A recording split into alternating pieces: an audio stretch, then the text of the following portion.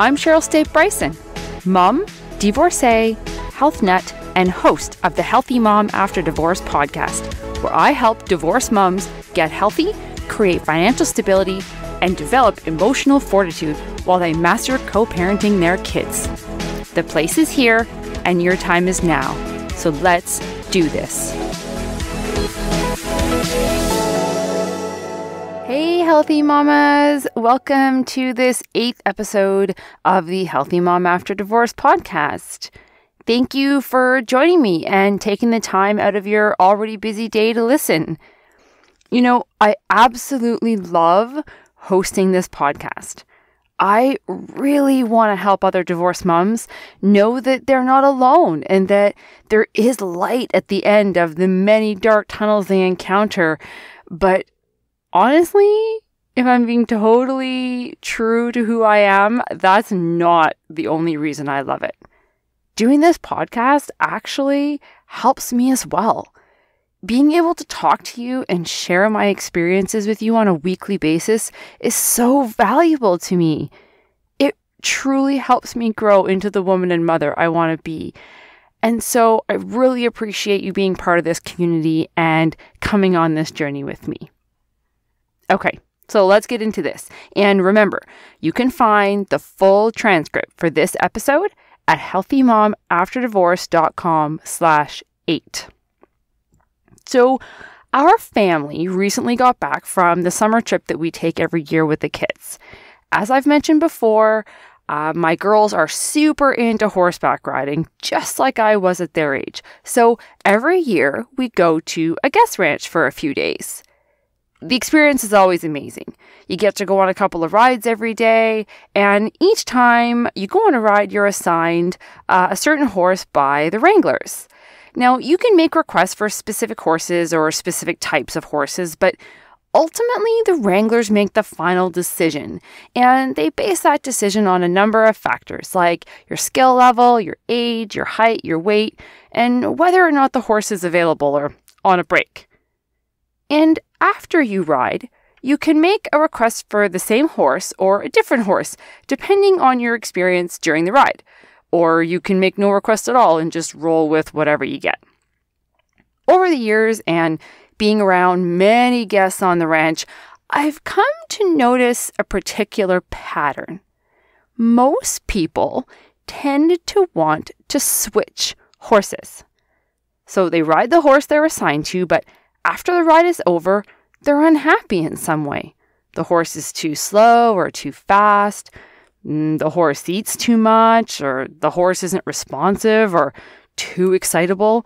Whatever it is, there is some aspect of the horse they're unhappy about.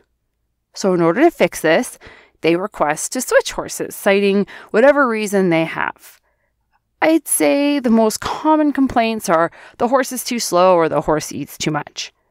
Now, here's where it gets interesting. That horse they had the first time that they asked to be switched off of will be assigned to someone else. Now, logic would say that if that horse was in fact too slow or ate too much or whatever it was, that the new rider would probably come back with the same complaint. But do they?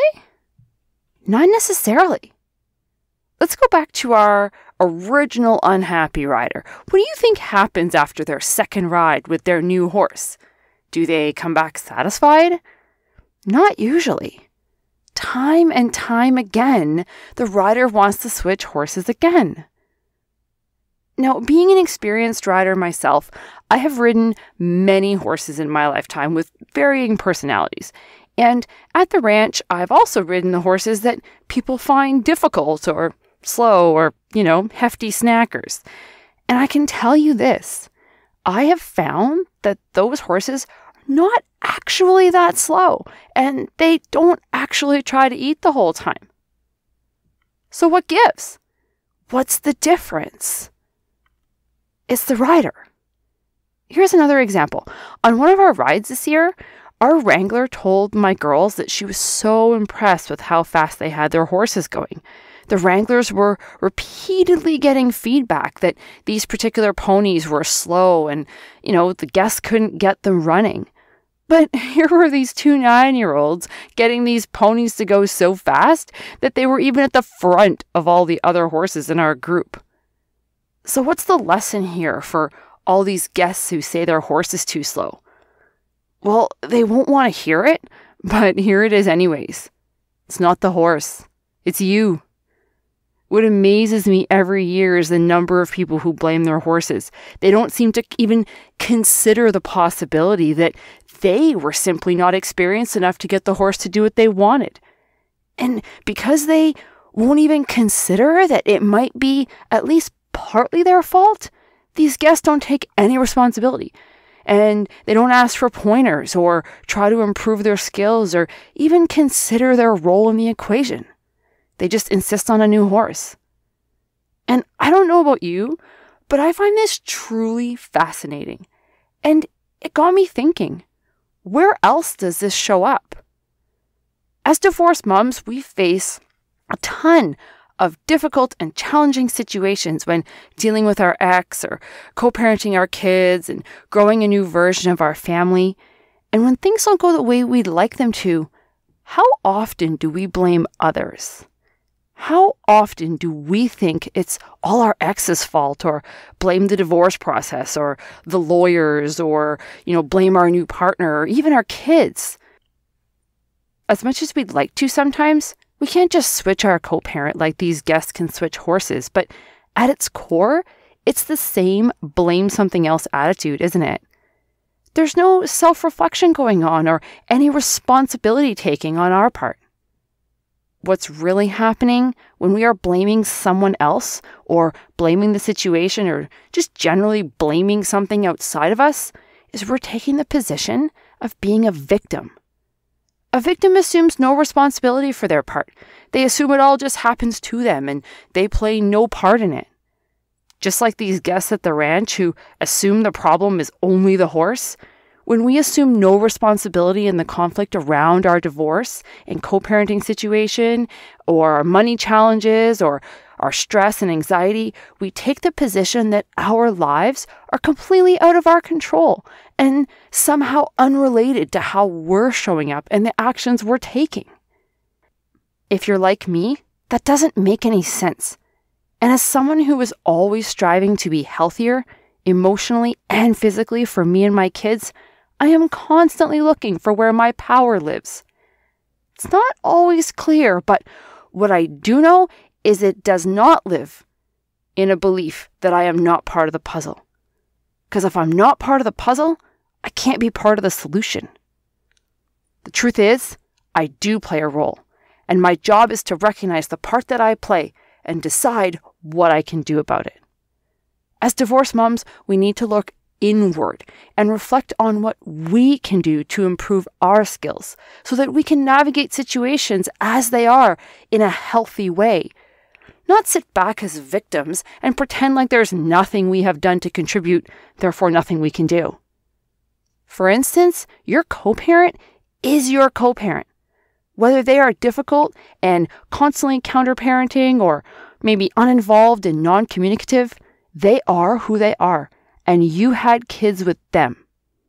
But unlike at a guest ranch where you can ask for a new horse, you don't get to ask for a new co-parent.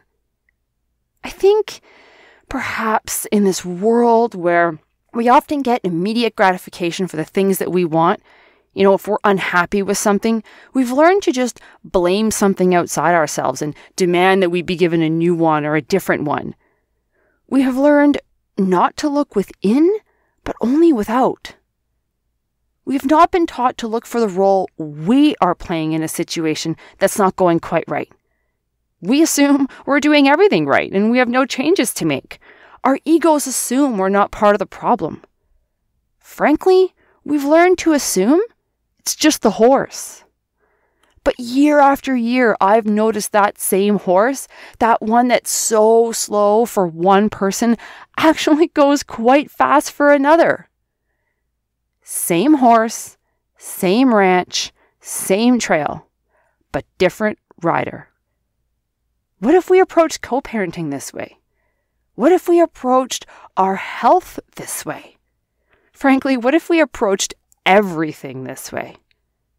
What if we weren't constantly blaming our ex, our parents, our community, our job, our genetics, our spouse, our kids, our weight? What if we stopped focusing on what needs to change outside of us and started reflecting on our role and what needs to change inside of us? Next time there's an issue you're grappling with, ask yourself, what part am I playing in this? Have I communicated effectively? What am I telling myself about the situation? What skills can I improve within myself? How can I set this situation up for success or even just get a little bit better? What impact are my actions having on others? Better yet, what impact are my actions having on myself? In divorce co-parenting life, you can't ask for a different ex or a different divorce. When it comes to your physical health, you can't ask for a different body type or a new metabolism. When it comes to your emotional health, you can't ask for a different childhood or less trauma from your marriage. You just don't get to ask for a new horse. So, as healthy moms, let's learn to ride the horse we have. We're the only ones living our lives and have had all the experiences we've had to date. We don't get to switch when it's not going well. The next time a challenging situation comes up and you feel yourself slipping into the victim mentality, and these situations could be directly divorce related, like your ex is acting unreasonably, or they could be related to your health, like learning healthier eating habits or daily exercise, or maybe it's, struggles around money. When these things come up, I want you to try this. Number 1, begin with the assumption that you do have a part to play. You do. There is always something you can do to either A, directly improve the situation with outward action, or B, indirectly improve the situation by changing your experience of it. Believing this at your core will put you in a position of power, which is always healthier and more productive than feeling like a victim. Number 2, push aside, even if just for a minute, what others around you are doing or what circumstances are happening external to you. We all, instinctively have a list of things we want our kids to do or our spouse to do or our ex to do, maybe our boss. We focus on what we want them to change, but there is no power there. And that doesn't mean we never make requests of them. Time to time we'll do that. But for the purposes of this exercise, what they are doing right or wrong is of no consequence. So set it aside. Number 3, sit still and reflect on the part that you are playing. What is your role? How are you contributing, either positively or negatively? What thoughts are going through your head about it? How have you been showing up in the situation? How have you been interacting with the people around you and, the world in general? How are you talking to yourself? I have found that even if I don't come up with anything specific that I'm outwardly doing, when things aren't going well, I find more often than not, I'm operating from a place of fear.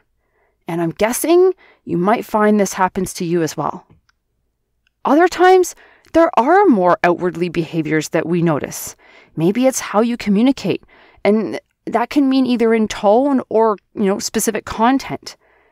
Maybe it's how your mind makes automatic negative assumptions about every request your ex makes. Maybe it's continuously sabotaging your health journey by telling yourself, oh, I'm just not capable, or oh, I just don't have the time. And maybe it's something more passive, like simply letting your mood take a nosedive over something dumb that happened or something, that your ex said you didn't like. Whatever it is, identify it. And you don't need to judge it. Just notice it. And the last step I want you to take, and this is going to be the hardest part, is once you've identified your role and the things that you are doing, don't quickly jump to justifying those actions and behaviors by listing the reasons why. And what I mean by that is, don't excuse your behavior by blaming, anyone else or anything else. Things like, well, I would co-parent better if my ex started paying child support. Stuff like that. Justifying your behavior because someone else is doing. No blame.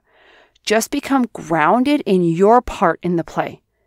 That is where your power lies as a healthy mom after divorce. And then every day, start taking steps towards growing yourself and improving your skills, independent of what anyone else is doing or not doing. It's about teaching ourselves and our kids that we all have a role to play in our experiences. There is never a situation where the responsibility for the experience is outside of us. It's not the horse's fault. Well, at least not entirely. Some horses can be difficult. But even in the most extreme situations where there is so much out of our control and we really don't have any say or any influence on what's going on, we still have a role. And that role is our attitude and how we are showing up.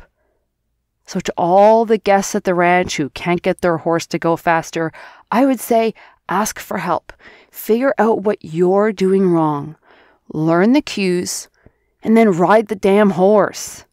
And regardless of what that horse does or how well your ride went or, what you can get the horse to do, how you ultimately experience the ride is entirely up to you. Ask yourself, healthy mama, how do you want to experience the ride? Do you want to believe it's all your ex's fault or all your parents' fault or maybe that bully from grade 4's fault? Or do you want to look at what the role is that you play, what you can do better, and put all your energy into that? Then you get to have some say and can decide what your experience is in everything. And even better, you get to show your kids what it means to be humble, to take responsibility, and to find confidence in the things they can change, even if that's just how they see the world around them. Chin up, healthy mama. And remember, healthy moms raise healthy kids.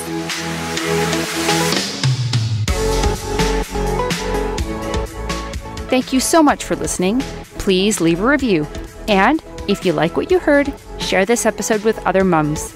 Don't forget to follow me on social media. And if you want to learn more about me and what else I have to offer, head over to healthymomafterddivorce.com. I can't wait to connect with you.